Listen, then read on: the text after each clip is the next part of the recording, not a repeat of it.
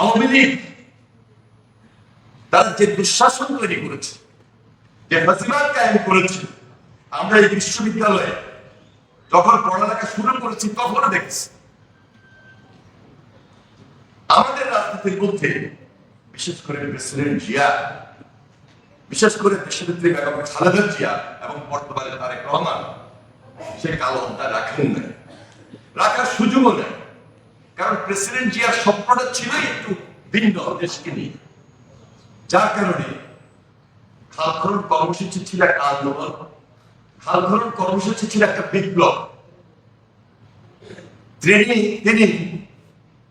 এই যে খাল খনন কর্মসূচিটাকে সেই আজ থেকে কত বছর আগে নিয়ে এসেছেন, যে কর্মসূচিটা এখনো এদেশের মানুষের সাথে খুবই পপুলার কর্মসূচি, এবং এটার সঙ্গে আমার আপনার বাস্তব জীবন জড়িত, সামাজিক জীবন জড়িত, এনভায়রনমেন্ট জড়িত, জলবায়ু জড়িত, টোটাল পরিবেশ, জলবায়ু, পানি,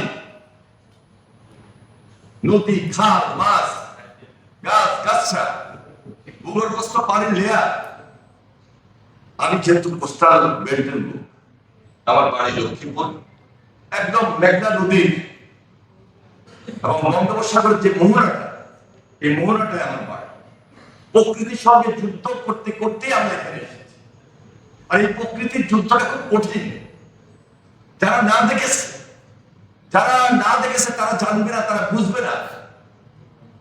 আমি গত পরশুদিন নোয়াখালী সুবর্ণচর এবং পার্শ্ববর্তী হাতিয়ারে গিয়েছিলাম।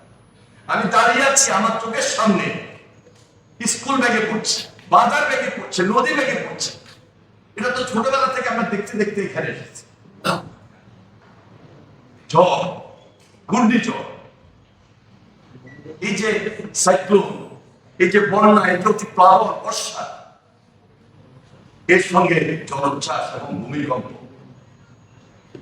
তাহলে 20টা জেলায় শুধু সীমাবদ্ধ নয়, এই প্রকৃতির সঙ্গে আমাদের পুরো দেশ, আমরা বাংলাদেশের 3 বার জল 1 বার স্থল। তাহলে খাল খনন কর্মসূচি আমরা কেন শুরু করেছি? এই সকল দিক বিবেচনা করে। আপনি বলছেন দখলের কথা। আপনার যদি খাল যদি খনন না করেন তো সেখানে তো দখলই হবে। প্রেসিডেন্ট জিয়ার সেই ধারাবাহিকতা তো পরবর্তীতে রক্ষা হয়নি, যার কারণে খালও খনন হয়নি। এই জন্য খালের মধ্যে শিল্প কলকারখানার বর্জ্য স্তূপ জমে আছে, কেমিক্যাল প্রবাহিত হচ্ছে, যেখানে পানি প্রবাহমান থাকার কথা সেখানে ঘর বাড়ি দোকানপাট গড়ে উঠেছে অবৈধভাবে। মাছের চাষ করবে প্রভাবশালী ব্যক্তিরা ঘেরাও করে সেখানে মাছের চাষ করতেছে। আমরা নির্বাচনের আগে আজকের আমাদের মাননীয় প্রধানমন্ত্রী জনাব তারেক রহমান তিনি প্রতিশ্রুতি দিয়েছেন যে খাল খনন কর্মসূচি এটা নতুন বিপ্লব, নতুন জাগরণের উদ্যোগ আমরা গ্রহণ করব। এবং আমাদের যে নির্বাচনী ইস্তেহার,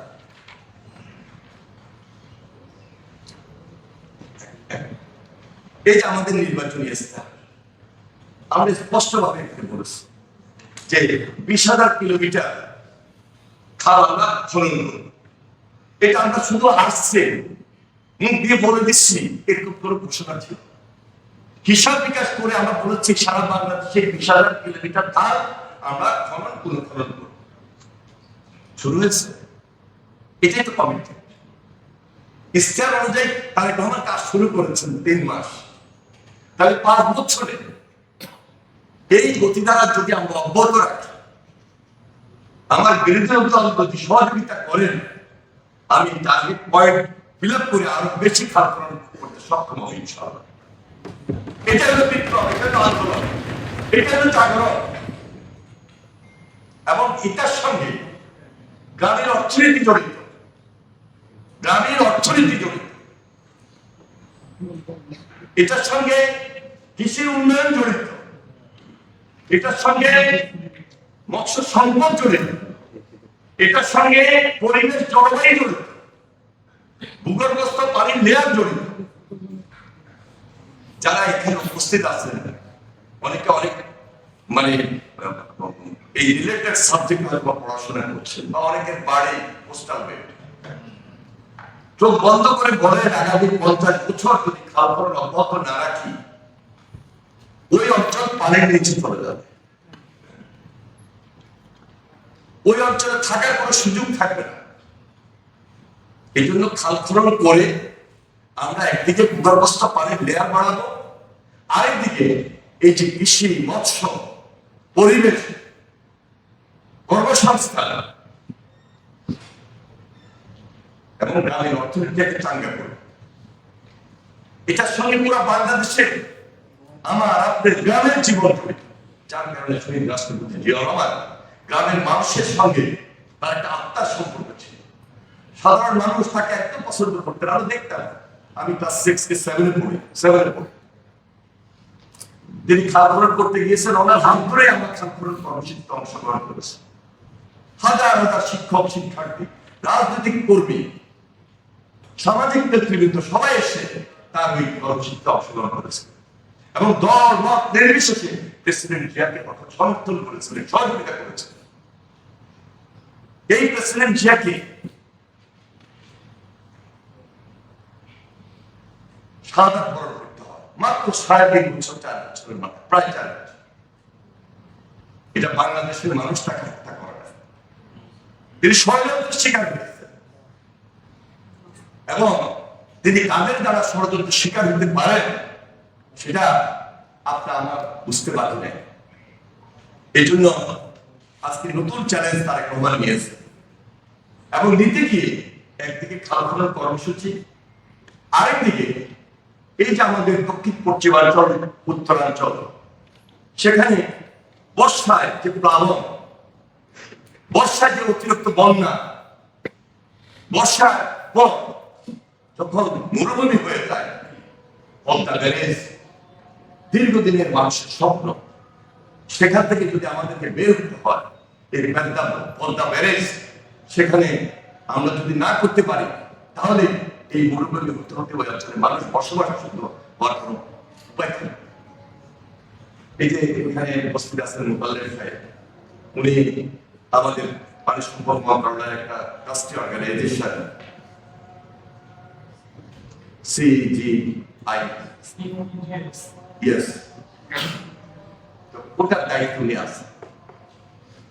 একটা বিশেষজ্ঞ টিম, আমাদের আরেকটা বিশেষজ্ঞ টিম আছে যেটা IWM, তারপর ওয়াসু, বাইরে অনেক ডিপার্টমেন্ট আছে, দেশি বিদেশি টিম। তারা দীর্ঘদিন থেকে পর্যালোচনা করে আসতেছে এবং 2002 সাল, যে সময় দেশনেত্রী বেগম খালেদা জিয়া প্রধানমন্ত্রী ছিল, তখন থেকে এই বিশেষজ্ঞ টিম কাজ শুরু করেছে। 2013 সালে এই বাংলাদেশ একটা বিশেষজ্ঞ টিম কাজ করেছিল পদ্মা ব্যারেজ কতটুকু ভায়াবল, কতটুকু ফিজিবল। কিন্তু 2016 সালে শুধু একটা অঙ্গুলি হারণে এই প্রজেক্ট বন্ধ হয়ে যায়। সর্বশেষ 2025 সালে ইঞ্জিনিয়ার গভর্নমেন্ট এটা আমরা নতুন করে এই উদ্যোগ গ্রহণ করেন যে আগের যে বিশেষজ্ঞ টিম তার সঙ্গে নতুন ভাবে চিন্তা ভাবনা করে যে আপনারা কাজ শুরু করেন। ওই কাজ শুরু হয়েছে মাত্র দিনবাদ আমরা দায়িত্ব আসার পর। রাত দিন 24 ঘন্টা মাননীয় প্রধানমন্ত্রী আমার এই দায়িত্বের পর পদ্মা এবং তিস্তাকে নিয়ে কত দ্রুত দৃশ্যমান বাস্তবে রূপ দেওয়ার জন্য সিদ্ধান্ত নেওয়া যায়, সেটাই গত সপ্তাহে আমরা একদিকে দুদিকে অনুমোদন দিয়েছি। ইনশাআল্লাহ এই যে বাজেট, এই বাজেট জুন মাসে পাস হবে। আগামী জুলাই থেকে চেষ্টা মহাপরিকল্পনা এবং পদ্মা ব্যারেজ আমাদের যেখানে বাংলাদেশের 3 ভাগের 1 ভাগ, যেখানে 7 কোটি মানুষের বসবাস, যেখানে বাংলাদেশের 37% মানুষ সুবিধা পাবে, দেশের এত জনগুরুত্বপূর্ণ, এটাকে বলা হয় বাংলাদেশের মাস্টার মাইন্ড প্রজেক্ট। এবং 2টা প্রজেক্ট, এই প্রজেক্টের সঙ্গে ওই যে আপনার আমার জীবন জীবিকা, বসবাস, কৃষি, নদী বানানো, পানিকে রিজার্ভ করে রেখে বর্ষাকালের পর যখন শুকনো মৌসুমে আসবে উৎপাদনটাকে দ্বিগুণ করা, উৎপাদনটাকে দ্বিগুণ তিনগুণ করে কিভাবে প্রেসিডেন্ট জিয়া শুধু খাল খনন দিয়ে বাংলাদেশ থেকে ফুড এক্সপোর্ট করেছিলেন, সেই পরিকল্পনার দিকে আমরা যাচ্ছি। 3 মাসের মধ্যে মাথায় তো দৃশ্যমান। এটাই তো হলো তারেক রহমানের নেতৃত্বে আজকে নতুন বাংলাদেশটাকে গঠন করা আমাদের যে পরিকল্পনা, যে জাগরণ নিয়ে আমরা এগিয়েছি, সেই দিকে আমরা কাজ শুরু করেছি। আমার দৃঢ় বিশ্বাস আমার এই জেনারেশন তারা পড়ালেখা করেন, তারা রাজনীতি করবেন, অথবা রাজনীতি না করলেও পরামর্শ দেবেন। এক্সপার্ট হিসাবে আমরা বিভিন্ন পরামর্শ আপনাদের থেকে গ্রহণ করব। যারা এক্সপার্ট তারা খুব বয়স্ক হতে হবে তা তো না। কারণ এই জেনারেশন, আমি মনে করি আমাদের জেনারেশন থেকে অনেক ফ্রড, আমাদের চেয়ে বেশি জানে, আমাদের চেয়ে বেশি পড়ালেখা করে, মেধাবী। সুতরাং তাদের জ্ঞান নিয়ে, তাদের পরামর্শ নিয়ে আমরা যদি আগামী দিনে তারেক রহমানের হাতটাকে শক্তিশালী করি, আমার দৃঢ় বিশ্বাস যে বাংলাদেশটাকে স্বনির্ভর বাংলাদেশ, নতুন বাংলাদেশ হিসাবে আমরা সর্বশেষ জুলাই আন্দোলনে ঐক্যবদ্ধভাবে মোকাবেলা করেছিলাম, যেটা আমরা চেয়েছিলাম, সেই স্বপ্নটাকে আমরা বাস্তবে আমরা রূপ দিতে সক্ষম হব।